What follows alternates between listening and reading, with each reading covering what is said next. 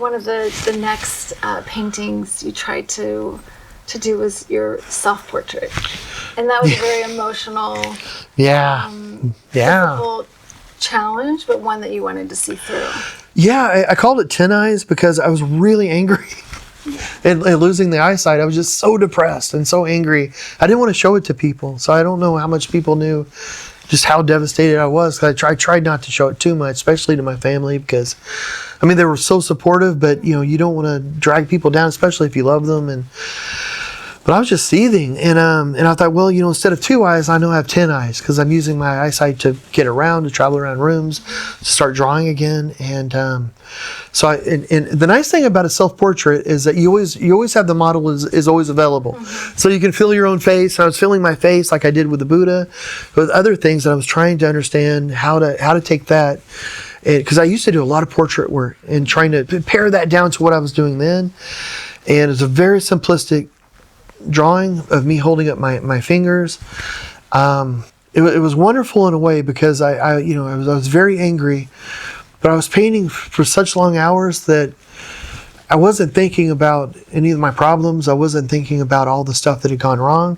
I was just thinking about the size 0 brush I was using and putting that little tiny bit of paint where it needed to go, and then going back and not losing track and going back, and then feeling it when it was dry and it was just sweating bullets. That after I kind of finished that, and I worked on another Buddha painting, that I started to calm down. It was almost like this weight had lifted, and I started feeling, I thought I was getting sick, to be honest, because I was just felt so much anger, so much depression that I thought I was coming down with something. It was almost like you were detoxing. Oh my gosh. That's what comes to mind, because you're describing the sweat and the anger. You were kind of like getting it out of your system. All of that's a good way to put it. That is. Heaviness. I felt hollow, like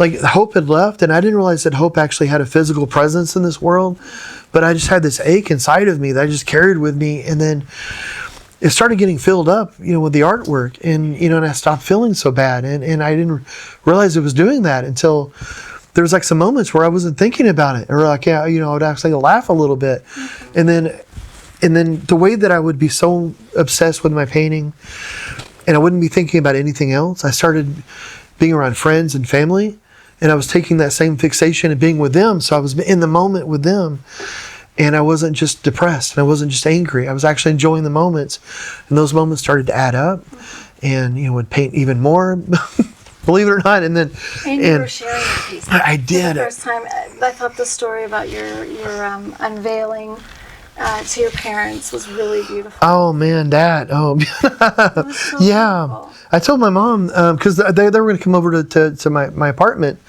and we would go to dinner every Friday. Like I always make sure to see them once a week. And my place had gotten to the point where you couldn't hide that I was painting.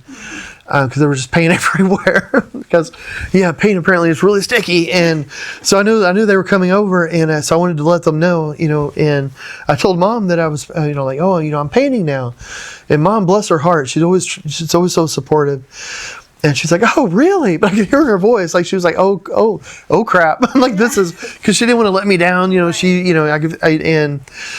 and then they came in and they saw the stuff that I've been working on. She's like, "Oh, thank God, they're good." And they broke down in tears. They did. They were so afraid that they were gonna have to, I don't know, like hurt my feelings or something.